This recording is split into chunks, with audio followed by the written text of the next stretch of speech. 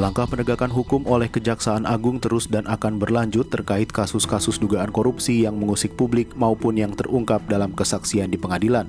Terakhir, Kejaksaan Agung menggeledah kantor Kementerian Perdagangan di Jalan Ridwan Rais, Jakarta Pusat, Selasa 3 Oktober 2023. Penggeledahan ini terkait perkara impor gula tahun 2015 hingga 2023. Adapun ruangan yang digeledah diantaranya ruang tata usaha menteri, direktur impor, dan tim impor produk pertanian. Selain kantor Kementerian Perdagangan, tim penyidik Jampitsus Kejaksaan Agung juga menggeledah PT Perusahaan Perdagangan Indonesia atau PPI. Sejumlah dokumen dan barang bukti elektronik disita dari penggeledahan ini. Direktur Penyidikan Jaksa Agung Muda Tindak Pidana Khusus Kejaksaan Agung Kuntadi dalam konferensi pers Selasa 3 Oktober mengatakan setelah penyidik Kejagung melakukan serangkaian pemeriksaan, tim menemukan alat bukti yang cukup sehingga kasus itu bisa dinaikkan dari proses penyelidikan ke penyidikan. Terkait kerugian dalam dugaan kasus penyalahgunaan kewenangan impor gula di Kementerian Perdagangan periode 2015-2023, Kejagung menyatakan masih dihitung. Kejagung pun terus mengumpulkan barang bukti dengan menggeledah kantor Kemendak. Di mana setelah dilakukan serangkaian pemeriksaan, tim berkeyakinan telah ditemukan alat bukti permulaan yang cukup sehingga disimpulkan telah terjadi peristiwa pidana di dalam perkara-perkara dimaksud.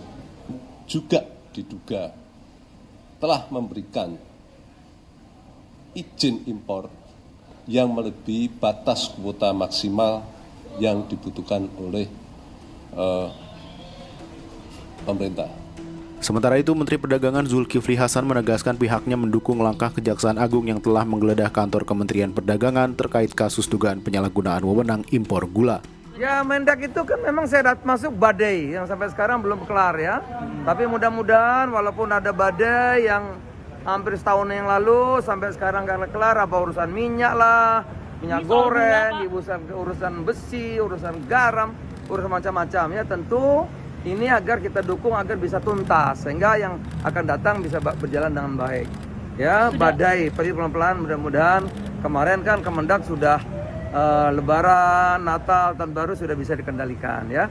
Jadi badai itu masih ada sampai sekarang sisanya, mudah-mudahan nanti bisa diselesaikan. Selain mulai menyidik perkara dugaan tindak pidana korupsi penyalahgunaan kewenangan impor gula di Kementerian Perdagangan periode 2015-2023, Kejagung juga akan memeriksa siapapun tanpa pandang bulu termasuk pejabat publik. Hal ini terutama menyusul kesaksian Komisaris PT Solitek Media Sinergi Irwan Hermawan dalam sidang dugaan korupsi Menara BTS di tubuh Kemenkominfo.